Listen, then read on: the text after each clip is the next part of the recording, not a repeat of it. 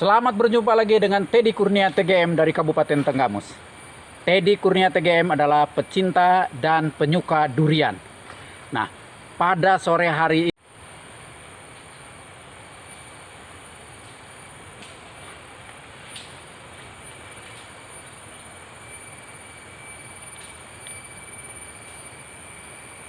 selamat berjumpa kembali dengan Teddy Kurnia TGM dari Kabupaten Tenggamus. Pada sore hari ini Teddy lagi melihat dan memperhatikan tanaman durian yang baru ditanam. Dan saat ini Teddy akan mencoba mereview tanaman-tanaman durian yang baru saja ditanam sekitar 1 tahun yang lalu di TBK Indah. Nah, bagaimanalah cara perawatan durian masa pertumbuhan atau masa vegetatif ini kita di kebun TBK Indah. Ikuti terus perjalanan Teddy Kurnia TGM. Nah, saudara-saudara, ini lihat ini. Ini alhamdulillah ini usia sekitar 1 tahun ini. Seharusnya memang ini di atas 1 meter lebih. Tapi ini sekitar ya mungkin 80 sentian ini. Tapi batang bawah ini lihat ini.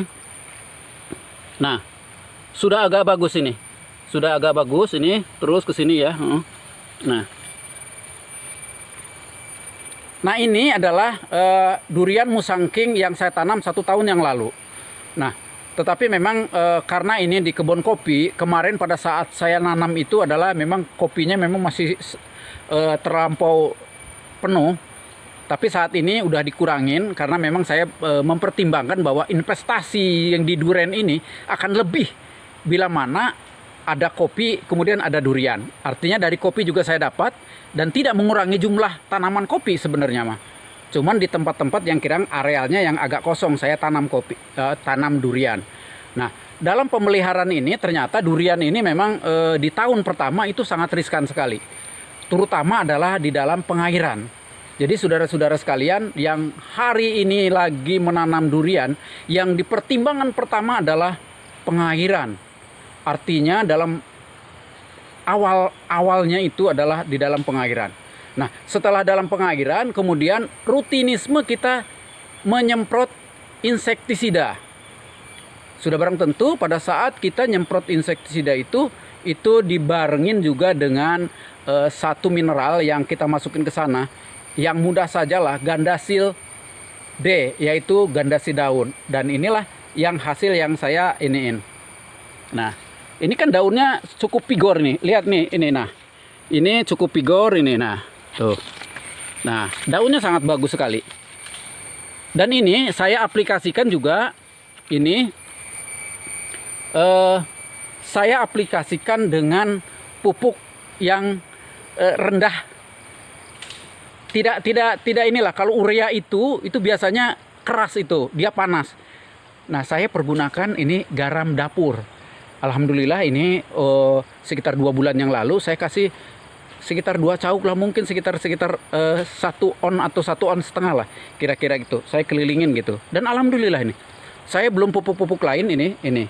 Tetapi memang bahwa setelah itu harus rutin. Terutama adalah rutin penyemprotan. Nih lihat nih. Ini salah satunya adalah ini nih. Nah, daun-daun seperti ini adalah ulet ini. Ya, atau binatang-binatang lain. Dan ini salah satunya nih. Ini karena memang telat saya nyemprot. Nah, ini nih. Ini kan ada semacam binatang. Nah, ini semacam jengkrik dan ini memang memakannya. Dan itu harus disemprot. Gitu loh. Nah, nanti akan saya perlihatkan apa-apa yang obat untuk penyemprotnya itu. Tapi memang saya juga udah mempersiapkannya ini. Nah, ini. Nah, saya ini isinya yang seperti saya katakan tadi. Ini adalah insektisida, apapun mereknya, yang penting insektisida. Beberapa tetes ke sini, mungkin antara 4 sampai 5 tetes ke sini ya. Kemudian dikasih Gandasil. Dan jangan lupa juga dikasih perekat. Kalaupun saudara-saudara nanya apa perekatnya, ya tinggal datang saja ke toko pertanian. Dia biasanya ada. Nah, inilah yang dilakukan kita ini penyemprotan seperti ini. Nah, penyemprotan ini harus kalis. Harus kalis, terutama di bawahnya, di bawah daun nih. Nah, gini nah. Nah, ini nah. Ini harus kalis nih.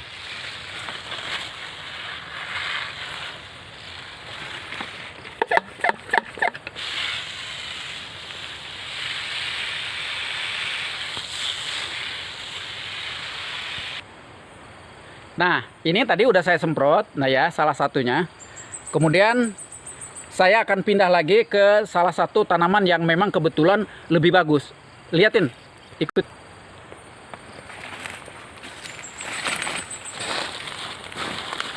Nah, ini seperti yang saya katakan tadi.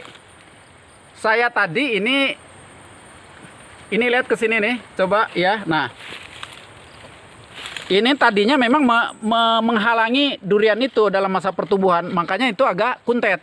Tetapi setelah saya tebang ini tebang kemarin. Nah, ini ada tunas-tunas ini.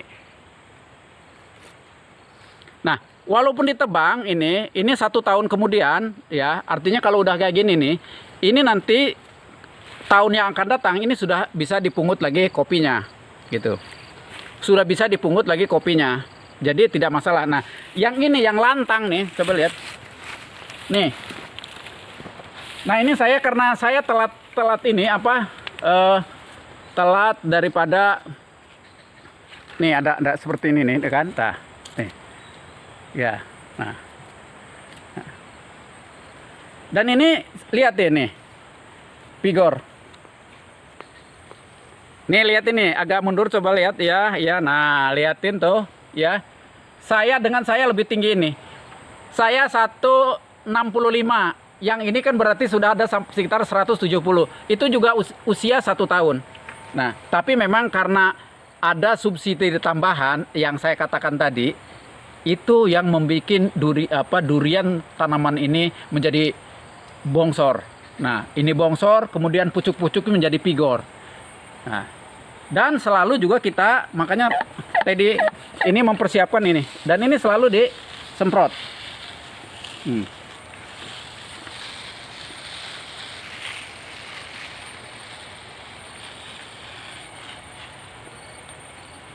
Jangan lupa sampai ke bawah sini nih, nah, disemprotnya nih, nah, sampai ke batang sini, karena kadang-kadang memang ulat-ulat, kemudian lilip, ini biasanya naiknya dari sini, makanya memang harus kita disemprot.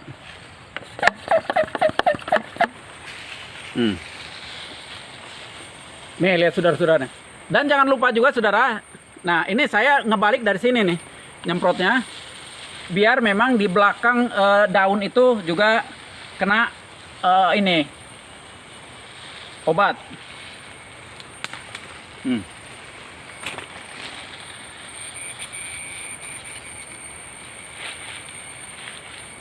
Nah, kalau yang ini termasuk memang agak bagus ini. Ya, termasuk bagus lah ini. Pucuknya vigor, kemudian ininya bongsor tumbuhnya. Dan ini baru 1 tahun dari penanaman. Dulu saya nanamnya itu kira sekitar antara 60 sampai 70 lah gitu. Jadi tapi ini sangat bagus. Ini walaupun memang baru 1,70 m, tapi bawahnya ini sudah gede banget. Mudah-mudahan ini 1 tahun lagi sudah kelihatan bisa ditumbuhin.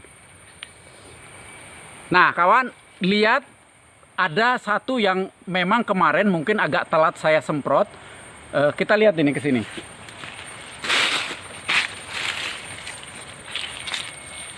Nah, lihat sini, ini deketin ini. Nah, inilah yang harus segera kita atasin ini. Ini adalah ulat-ulat ini. Nah, ulat-ulat ini kalau nggak segera diatasin, ini akan merusak daripada tanaman ini. Makanya harus segera disemprot. Ya kan? Dan yang kedua, setelah ini kita semprot, ini nih, kalau ininya cukup vigor ini. Nih, cukup vigor ini. Nah, lihat. Nih, ini udah di atas saya ini, mungkin udah 2 meter ini. Iya. Udah 2 meter sekali ini. Nah, setelah kita memang penyemprotan ini, kita juga harus membuat ininya latar di belakang di bawahnya nih. Lihatin ya. Ini kita harus selalu seperti ini. Menggemburkan tanah di areal bawahnya. hingga memang akan menjadi bagus.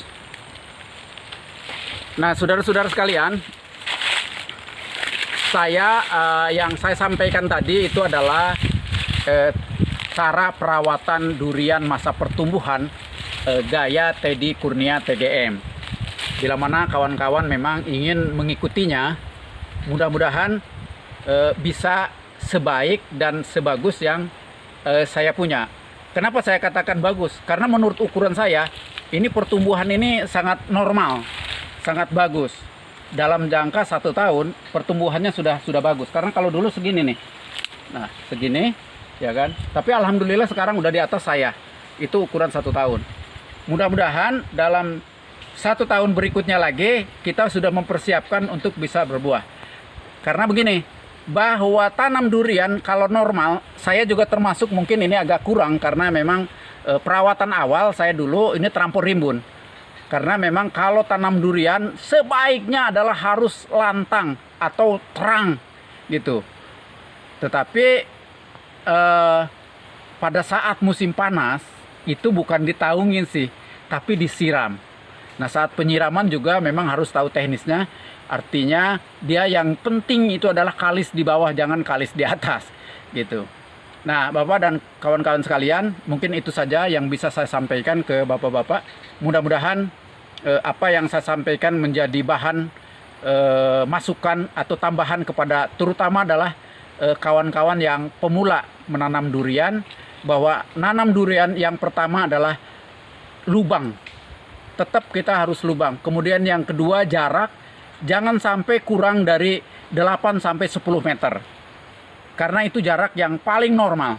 Memang ada sih, kemarin ada yang 6 atau 7 katanya. Itu oke saja.